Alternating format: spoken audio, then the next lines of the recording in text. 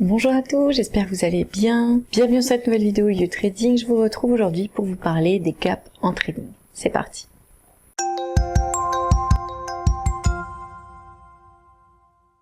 Lorsque vous prenez une position de trading haussière pour la nuit et que le marché ouvre en baisse, convertissant ainsi vos gains en perte, vous venez de subir un gap, c'est-à-dire un saut de cotation à cause d'une différence entre le prix de clôture et le prix d'ouverture. La bonne nouvelle, c'est qu'il existe des systèmes de trading de gap rentables qui peuvent être utilisés pour entrer ou sortir des marchés en profitant de ces conditions de trading parfois incertaines. Découvrons donc ce que vous devez savoir sur les gaps et la façon de les trader dans cette vidéo.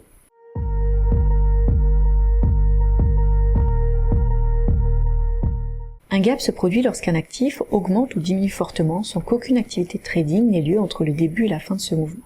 C'est pourquoi il apparaît comme une partie vide sur un graphique boursier comme le graphique en barre ou le graphique en chandelier.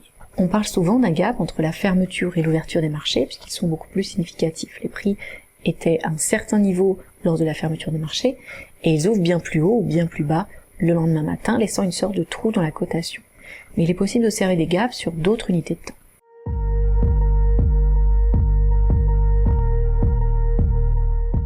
Sur un graphique de prix, il n'est pas trop difficile de remarquer les actifs qui ont subi un gap haussier. Vous pouvez observer des espaces vides entre deux chandeliers dont le deuxième est plus haut que le premier. Un gap haussier peut soit montrer qu'il y a une hausse des prix caractérisant un début d'une nouvelle tendance à la hausse, soit simplement subvenir à cause d'un événement isolé.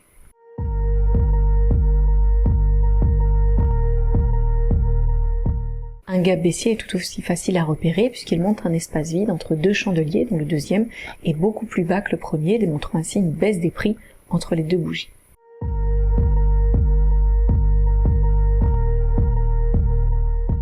Les gaps se produisent généralement à cause d'une modification dans la psychologie des investisseurs vis-à-vis de l'actif en question, qui est souvent lié à un changement dans les fondamentaux de l'actif ou à une annonce particulière.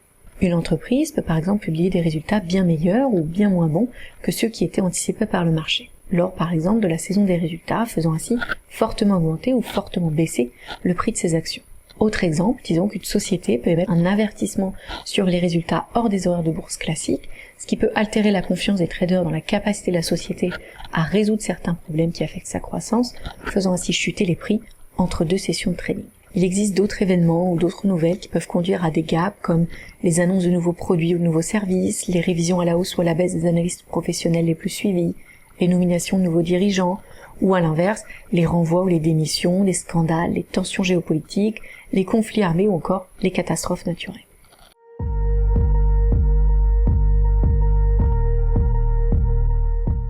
Un gap commun est le genre de gap que vous trouverez facilement sur n'importe quel titre qui évolue sans grande tendance. Il s'agit du gap le plus courant, sans grand impact sur la tendance à long terme, puisqu'il est généralement comblé assez rapidement comparativement aux autres types de gaps. Il offre donc peu d'opportunités de trading pertinentes.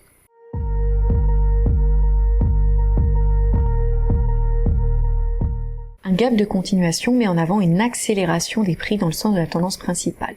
Ce type de gap apparaît généralement au milieu d'un mouvement de prix plus important pour confirmer le mouvement avec une rue des acheteurs ou des vendeurs qui partagent la conviction que les cours vont continuer de monter ou de descendre. Le gap de continuation est donc un gap démontrant un intérêt profond des investisseurs pour l'activité de trading sur cet actif, c'est pourquoi les volumes sont généralement plus importants avec ce gap.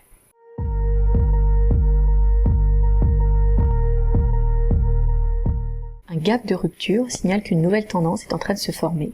Généralement, la configuration précédente était relativement neutre ou il s'agissait d'une figure de retournement qui était en train de se former et donc un breakout s'est produit, suivi d'une accélération des prix dans un sens ou dans l'autre. Ce type de gap apparaît souvent autour d'un niveau de support ou de résistance important ou dans une figure comme un triangle, un fanion, un drapeau, une tasse avec anse ou d'autres figures graphiques. Comme lors de tout breakout, le volume de trading devrait augmenter pour soutenir une activité de trading plus importante sur une impulsion de prix.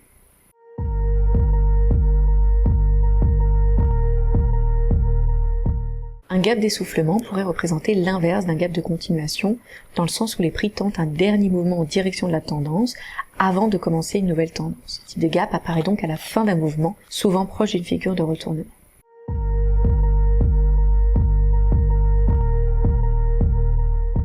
On parle souvent de comblement partiel ou total d'un gap.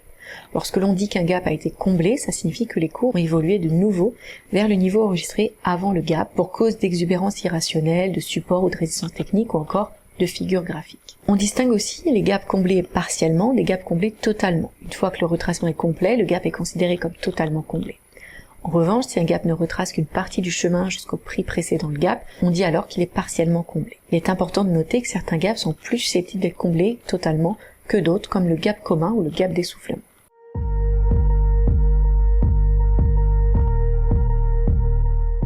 Avec les gaps de continuation, les traders peuvent profiter du mouvement de la tendance primaire.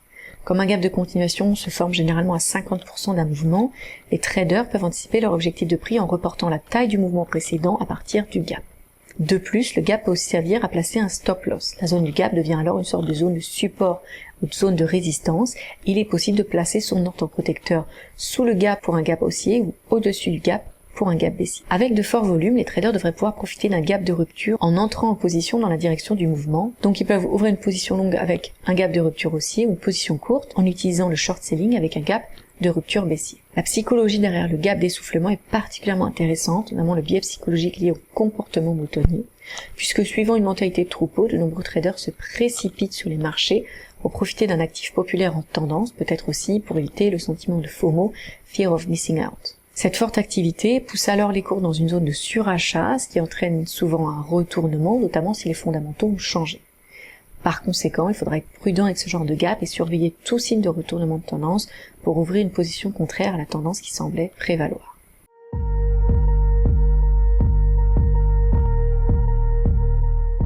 L'un des premiers conseils est bien sûr de connaître les différents types de gap et de prendre en compte le contexte global lorsqu'un gap apparaît pour bien déterminer quel type de gap est apparu, mais surtout comment vous allez pouvoir en profiter et s'il est réellement pertinent dans le contexte global. Il est aussi important de prendre en considération le comblement du gap. Prendre de meilleures décisions de trading lorsque vous tradez les gaps, essayez d'appliquer une analyse technique en vous aidant d'indicateurs techniques, notamment le volume et la volatilité, et de figures chartistes de continuation et de retournement. N'oubliez pas aussi de vous aider des niveaux clés des gaps pour mettre en place votre stratégie de gestion des risques et de l'argent. Enfin, apprenez-en plus sur la psychologie du trading en découvrant les biais psychologiques et cognitifs les plus populaires ainsi que les émotions auxquelles les traders sont souvent confrontés et comment cela affecte leur décision de trading. Voilà, c'est tout pour cette vidéo sur le trading de gap. Merci de l'avoir regardé jusqu'au bout. À bientôt sur la chaîne du trading pour de nouvelles vidéos.